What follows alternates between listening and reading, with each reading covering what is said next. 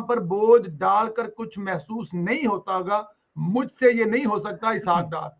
मुफ्ता इस्माइल फिक्र ना करे, मुझे IMF से डील करना आता है, कुछ नहीं होगा इसहाक डार। डॉलर जल्द 200 से नीचे आएगा, इमरान खान तमीज सीखें वरना जंग होगी।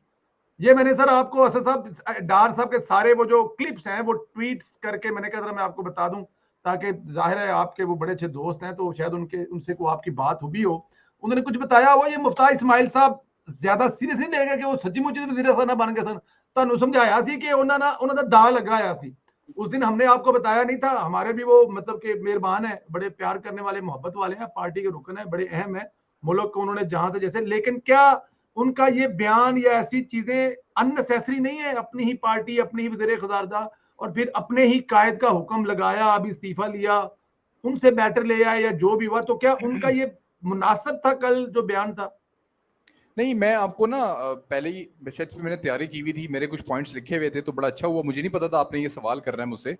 देखिए, मिफ्ता इस्माइल की एक ही प्रॉब्लम थी जिसको हम बार बार डिस्कस करते थे, वो नॉन सीरियस एटीट्यूड था उसका, और इससे बहुत सारे लोग तंग थे। और बहुत सारे ऐसे शहबाज शरीफ की जो बहुत करीबी लोग हैं उनसे भी जब मैं बात करता था कि यार मिफ्ता क्या बंदा है, कहता है बहुत फारिग आदमी, छोड़ो यार फारिग है। फिर मैंने कहा अच्छा फिर क्या होने वाला है, कहता है बस ये इसहाक डार आने वाला है बहुत जल्द। असल में आज भी वो हंस हंस के, मतलब आप कभी वो सियासतदान है ही नहीं, वो मैं उसको मानते ही नहीं पॉलिटिशियन।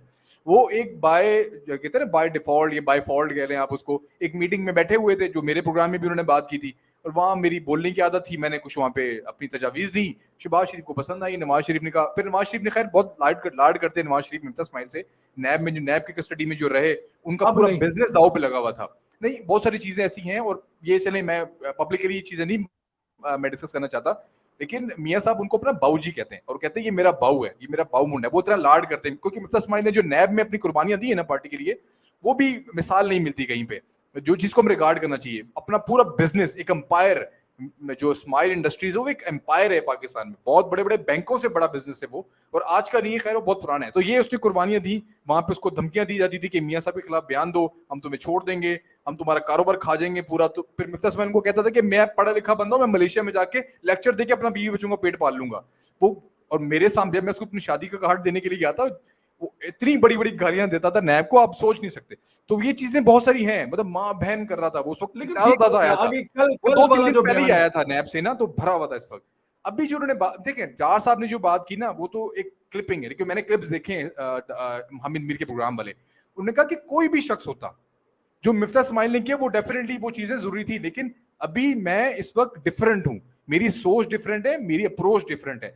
मिफ्ता इस्माइल की शायद वो अप्रोच नहीं। तो देखिए, मिफ्ता इस्माइल ये नहीं सोचता कि तुम्हारे 10 रुपए लेवी लगाने से अगर किसी घर में खुदकुशी हो गई तो उसका जवाब दे कौन होगा। मिफ्ता इस्माइल का जो थिंकिंग स्टाइल है, ये गवर्न स्टाइल है, वो ये नहीं है।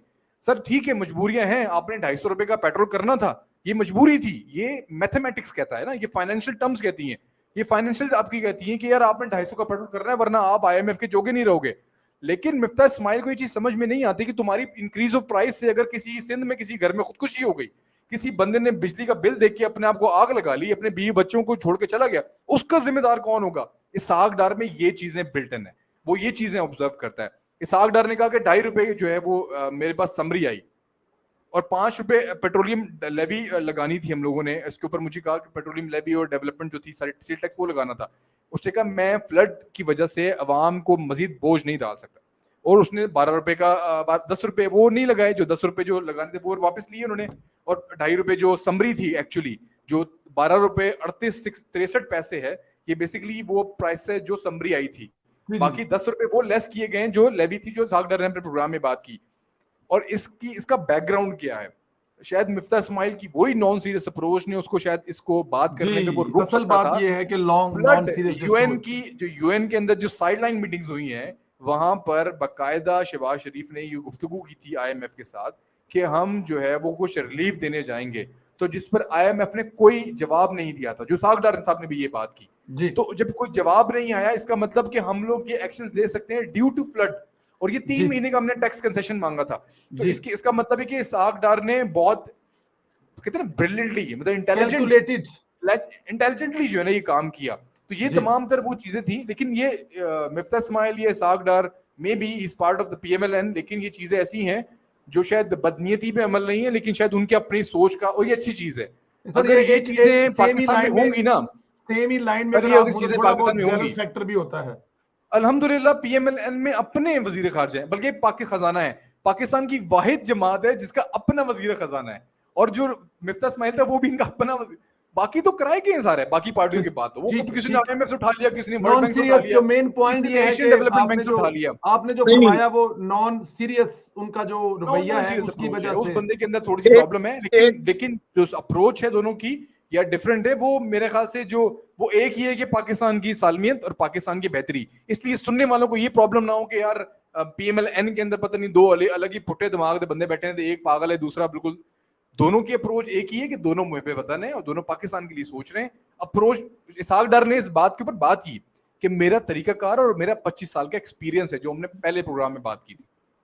जी इसमें एक नुक्ता मेरा ये ले लें कि इकोनॉमिक्स का सब्जेक्ट काफी स्पेशलाइज्ड है, और हमारे पास सोशल मीडिया ना होने की वजह से ये तो हमें बहुत बड़ा नुकसान हो रहा है कि वो ऐसे लग रहा है जैसे कि एक घर में कोई इख्तलाफ है। नहीं, इकोनॉमिक्स में ना एक होती है मैक्रो इकोनॉमिक्स और एक होती है माइक्रो इकोनॉमिक्स। तो मुफ्ता जो है, जब एक दफा पतंग उठ जाए तो उसको चलाना आसान होता है, मगर पतंग को हवा के बगैर उड़ाने के लिए महारत चाहिए। तो उसने पतंग उड़ा दी और वो मैक्रो इकोनॉमिक्स का जो हिस्सा था उसने उसको डील कर लिया। उसके बाद अब जो माइक्रो इकोनॉमिक्स है, जिसकी तरफ असद भाई ने बड़ा खूबसूरत दिया कि वो घर का किचन चलाना, वो पहले खजाना चलाना था और अब घर का है, तो उस तरह का प्लेयर और उस तरह का स्पेशलिस्ट लाना पड़ता है। ये टैक्टिकल टैग टीम्स होती हैं, इसी तरह चलता है। बाद में आप देखेंगे कि और भी लोग हैं, हमें चाहिए और लोगों को इस तरह के ट्रेन करें, सिर्फ इधर ही ना फंस जाए हम लोग। तो ये अगर सोशल मीडिया होता तो हम इसको इस तरह से लाइन लेते और हमारी तवज्जो इमरान से हटी होती कि हम अपनी इकोनॉमी के ऊपर हैं, तो लोग फिर आस्ता आस्ता बातों में वो हमारी इस तरफ आ जाते। मगर अफसोस ये है कि हमें ये डिफाइन करना पड़ रहा है कि इनमें से ज्यादा अच्छा कौन सा था। नहीं, वो जैसे पहलवानों की टैग टीम्स होती हैं, पतंग उड़ाती है, उड़ती है, मगर हवा नहीं थी, फिर भी उस बंदे ने उड़ा ली है। और फिर उसके बाद अब वो मैक्रो का है। और मैं एक और बात बता दूं इकोनॉमिक्स के बारे में, ये भी कोई ये बात नहीं करता ना, मैं टीवी पे देखता हूँ, कुछ कोई भी किसी जगह नहीं करता। पाकिस्तान को असल में चाहिए एक डेवलपमेंटल इकोनॉमिस्ट। डेवलपमेंटल इकोनॉमिस्ट एक स्पेशलाइज्ड हिस्सा होता है जिसके अंदर वो डेवलपमेंट करता है पाकिस्तान की। ये बेशक माशाल्लाह सीएफएज हैं और पीएचडीज हैं और इनकी स्पेशलिटी है, मगर इनको चाहिए साथ में एक पूरी टीम जो कि डेवलपमेंटल इकोनॉमिक्स हो, जिसमें अमेरिका की बुनियाद में डेवलपमेंटल इकोनॉमिक्स थी, जिसकी वजह से यहाँ पर फिर यहूदियों ने आना पसंद किया और ये फिर सुपर पावर बना। बिल्कुल ठीक। अच्छा सुनील साहब, आपकी अपनी क्या राय है इसमें? 30 सेकंड्स, 30 सेकंड्स मेरा क्वेश्चन ले लें। अच्छा जी, मैं जस्ट 30 सेकंड्स देखिए। अभी जो ओपेक ने प्रोडक्शन कट की बात की है और रशिया ने भी 12% प्रोडक्शन कट की बात की है, पेट्रोल प्राइस में दोबारा सर्ज आने वाला है, 84 से 88 पे आ गई है। तो ये चीजें हमें बहुत ज्यादा तंग करेंगी और वर्ल्ड इन्फ्लेशन का ही रोना इस वक्त पूरी दुनिया रो रही है। आपको पता है कि इस वक्त आउटलुक जो है, यूके का भी आउटलुक नेगेटिव है इस वक्त, और वो भी जो है फिच और जो मूडीज है उन्होंने भी इसको नेगेटिव किया हुआ इस वक्त। यूके में भी इस वक्त बहुत बुरा हाल है, बाकी मुल्कों में भी इस वक्त बहुत बुरा हाल है। इकोनॉमी इस वक्त सिर्फ डॉलर है जो इस वक्त स्ट्रेंथन हुआ है पूरी दुनिया के अंदर, जिसका इम्पैक्ट पाकिस्तान पे rouble as well, Russian currency as well. एक इस वक्त होगा मोटिव, इस वक्त जो उसका उनका जो जैसे कह लेंगे टारगेट इस वक्त जो सागर सेट करेंगे, वो सिर्फ इस वक्त डॉलर का रेट होगा। क्योंकि अगर आप उसी को नीचे ला के बाकी चीजों को कम कर सकते हो, क्योंकि हम लोग एक डॉलर बेस्ड इकोनॉमी है, हमने फ्यूल परचेज करना है। अगर हम डॉलर को 170 160 पे अगर हम लोग लॉक कर देते हैं किसी तरीके से 6 महीने के अंदर, तो हमारा पेट्रोल तो वैसे ही 180 190 पे आ जाएगा, चाहे 125 पे चले जाए बैरल। ये मेन ऑब्जेक्टिव है, क्योंकि आप पेट्रोल की प्राइसेस उम्मीद ना रखें कि आप इमरान खान की तरह इसहाक डार को $300 की सब्सिडी देगा। सब्सिडी वाला माहौल शायद चला गया है। इसहाक डार की फर्स्ट प्रायोरिटी सिर्फ डॉलर को नीचे लाने की होगी। जी बिल्कुल एग्री करता हूं मैं। और ये इसमें आपकी बात से ऐड नहीं करता, मैं आपको ये बता रहा हूं कि ऐसा ही होगा, क्योंकि ये बहुत सारी चीजें हमारे सामने हुई हैं ये बातें। और दूसरा ये कि आलमी मालियाती इदारों में एक जल्जला आया हुआ है यूरोप के अंदर जो है। आज यूबीएस जो है, वो जो जर्मन एंटरप्राइजेज हैं, उन्होंने ना जल्दी से खच मार के अपने हिस्से के पैसे अलग करना शुरू कर दिए हैं। और पाउंड के मुकाबले में जब वो कमजोरी आ गई थी पाउंड के अंदर, तो रातों रात पाउंड को ऊपर लाने के लिए शॉर्टेज क्रिएट की गई है। तो हमारा ये ख्याल है कि within some days Germany की तरफ से भी जंग के अंदर जो है ना और तेल फूंका जाएगा, जिसके बाद पता नहीं क्या हालात बनेंगे। मगर क्योंकि हम लोग बैठते हैं इन्वेस्टमेंट बैंकिंग में, तो इन्वेस्टमेंट बैंकिंग में 80-80, 90-90 साल की बुजुर्ग ख्वातीन होती हैं जिनके पास 100 बिलियन होते हैं, 80 बिलियन होते हैं, 90 बिलियन उनके मालियाती उनके होते हैं। तो वो जब पैसे मूव करती हैं, उनकी मूवमेंट होती है, हम वही समझ जाते हैं कि अब आगे क्या होने लगा है। तो ये कल रात से ये काम शुरू हुआ है। बिल्कुल ठीक, बिल्कुल ठीक। अल्लाह खैर करे जी। समझना साहब, ये क्वेश्चन मेरा ये आ रहा है कि डार साहब के ऊपर जो एक उनसे उम्मीद लगाई हुई थी, लेकिन हमें एक एक्स्ट्रा नजर आ रहा है कि पाकिस्तान के अंदर सैलाब की सूरत हाल, पाकिस्तान की पॉलिटिकल सिचुएशन ऐसी है कि पूरा का पूरा मीडिया जो इंसान ना बजाय कि पाकिस्तान की आवाम को मोबिलाइज करे अपने भाइयों की मदद करने पे, वो गुमराह करने के ऊपर तुला हुआ है। अच्छा, दूसरा, हमें यूक्रेन की जंग, क्या डार साहब इस सिचुएशन के अंदर से पाकिस्तान को बचा निकलने में कामयाब रहेंगे या मुश्किल होगा? नहीं सर, बड़ा सादा है, बड़ा सिंपल जवाब है इसका। आप इंडिया की अक्सर फिल्में देखते हैं, गुंडों से घिरा हुआ एक इलाका है, पूरे का पूरा शहर, राज है वहां पे कोई कुछता नहीं है, पुलिस उस इलाके में जाने से डरती है। फिर हम देखते हैं कि 15-20 मिनट के बाद, 25 मिनट के बाद या 10 मिनट के बाद एक पुलिस ऑफिसर की एंट्री होती है और वो आता है बड़े धड़ल्ले के साथ। बल्कि वहीं मीटिंग में बैठे हुए कोई एक साहब कहते हैं कि जी फलां पुलिस ऑफिसर, अच्छा जी बुलाएं जी, बुलाते हैं, उससे कहते हैं आगे पीछे, जी मैं अपनी शर्तों पर काम करूंगा, मुझे कहीं से किसी सियासतदान का, किसी बड़े का, नेता का फोन नहीं आएगा, मैं ये हैंडल कर लूंगा। और फिर उसके बाद वो पूरी फिल्म में जो इस इलाके का और गुंडों का हाल करता है, मुझे वो किसी भी फिल्म की स्टोरी सुनाने की जरूरत नहीं पड़ेगी आपको। डार साहब को फर्क नहीं पड़ता कि हालात कैसे हैं। ये मैं सर बिलीव करें कि अल्लाह ताला की जात आप लोगों को डार साहब से मिलने की, उनके साथ बैठने की, वक्त गुजारने की तौफीक अता फरमाए। आप लोग देखेंगे कि यार ये इंसान इतना कैलकुलेटेड, क्या इंसान के दिमाग में अल्लाह ताला की जात ने इतनी चीजें भी बिठाई हुई हैं कि दुनिया की हर चीज इनके ये मतलब मईशत का डार साहब गूगल है, कुछ भी डालें विद इन सेकंड आपको बता देंगे। 2017, 18, 98, 99, 91, 92, 93, 20, 17, 20 ऐसे लेते हैं, 20, 17, 20, 18, 20, 16, जिसका अंदाजा नहीं है।